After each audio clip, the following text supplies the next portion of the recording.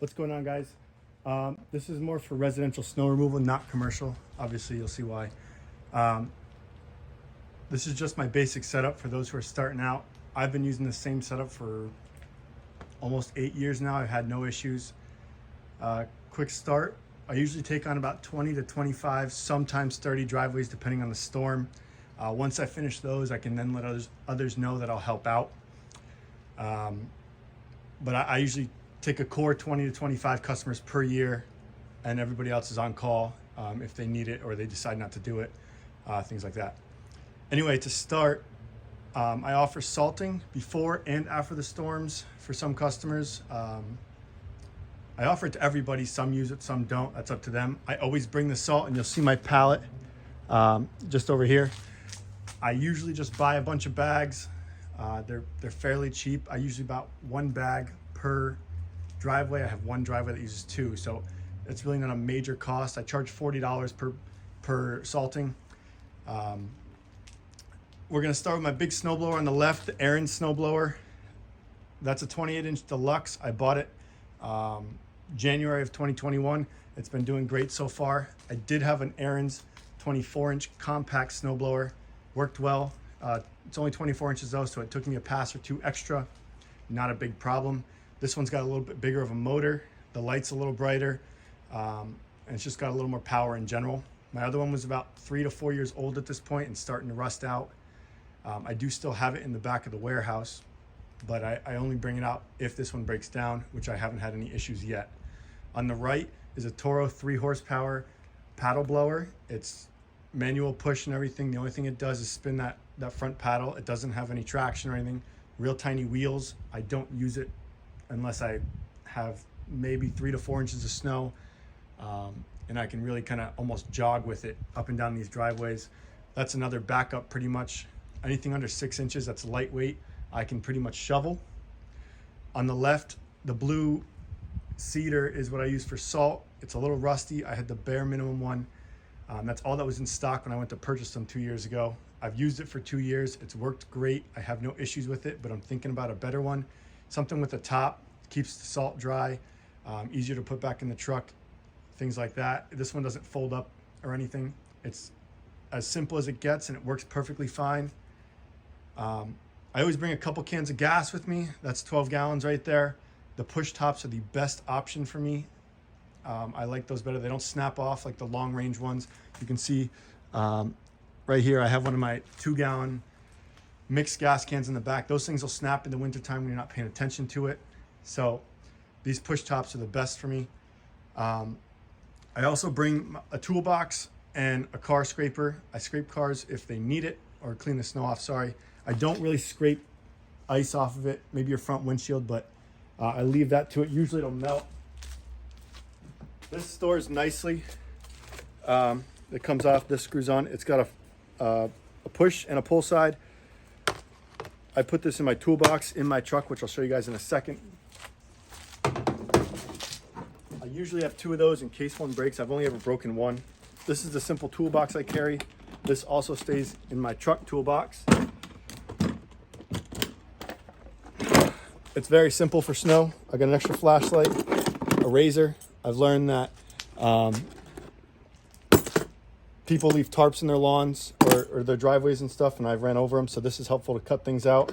Adjustable wrench if I needed, a 1/2 inch, and my socket kit. The socket kit's only to fix if I have a cotter pin break or something in the snowblower. To get it back out and running real quick, I can fix it up. I buy a couple extra pins also. They sit right about here on top of your snowblower. There's 2 on there, but I take 3 or 4 in the truck, leave them in the center console. Mine are all 1/2 inch bolts and nuts, so I don't have to worry about multiple different sizes, things like that. And the last 2 things I bring are shovels. These lightweight shovels are the best option. They're the cheapest, and if they break, you don't have to worry about it. They have an edge on here, but you can see this one I used for a season or 2, and that edge gets chewed up. So when this edge gets chewed up, it's not really good to get a nice clean driveway sweep. So I'll use this in the fall for leaves. but 3 or 4 of these last me the entire winter in New Jersey. So those stay right inside the warehouse. I always keep one in my truck in case I'm not down at the warehouse when it snows. I don't bring all the salt with me. I usually plan, if I have 15 customers that are needing it, I put about 16 to 20 bags in my truck in case I need extra. They go underneath my toolbox. That way they're somewhat dry, or I'll put a tarp over them if I'm keeping them in there overnight getting ready. And I'm gonna show you how I load my snowblower. So these 2 ramps here, there's a third one. You can see it on the side. And that thin silver bar there, that is supposed to go in between here. It gives them a little extra support. It's actually, they're motorcycle ramps. They're fairly more expensive ones. Highly recommend them. It's worth it, because if you have a ramp that snaps made out of wood, you're gonna have to lug that thing in the truck every time. So they connect with these black straps here. They have a very cheap push tab here. It's really all you need, but sometimes I don't trust it, so I'll bring real ratchet straps instead. They connect. They just clip on to any of these and the hook inside your truck, and they're good to go. I put one on each side. What I'll do is I'll walk the snowblower up as far as I can, and then if I have to step on the ramp real quick to get it the last push in, I will. They fold up real quick, and I can slide them right inside the truck so they're out of the way, so I can either put both on one side or one on each side. That way I'm in and out of the truck as fast as possible. That's the most part, pretty much it. The next day, if I need to, I bring a shovel to scrape ice if we have a rainstorm or it snows and then turns to rain overnight and we've already gotten out there. Sometimes we have to go back out. Last year we had a great February. I had 8 storms, and I think 1 in December and 1 in January.